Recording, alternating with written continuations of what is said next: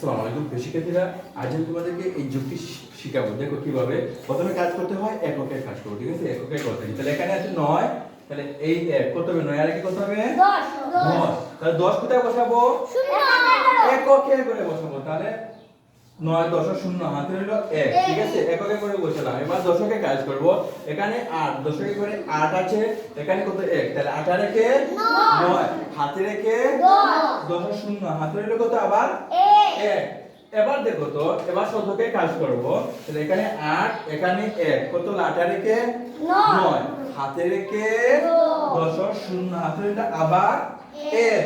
এবার দেখো তো, এবার হাজারে কাজ করব। হাজারে করে 9 আছে, এখানে হাজার আছে নাই, তাহলে কি করব দেখো, এই 9 হাতে রেখে 10 0 হাতে রইলো 1, আবার এখানে 9 হাতে রেখে 10, তাহলে সবগুলা বসিয়ে দেব। বুঝতে পারছো না, বুঝো নাই?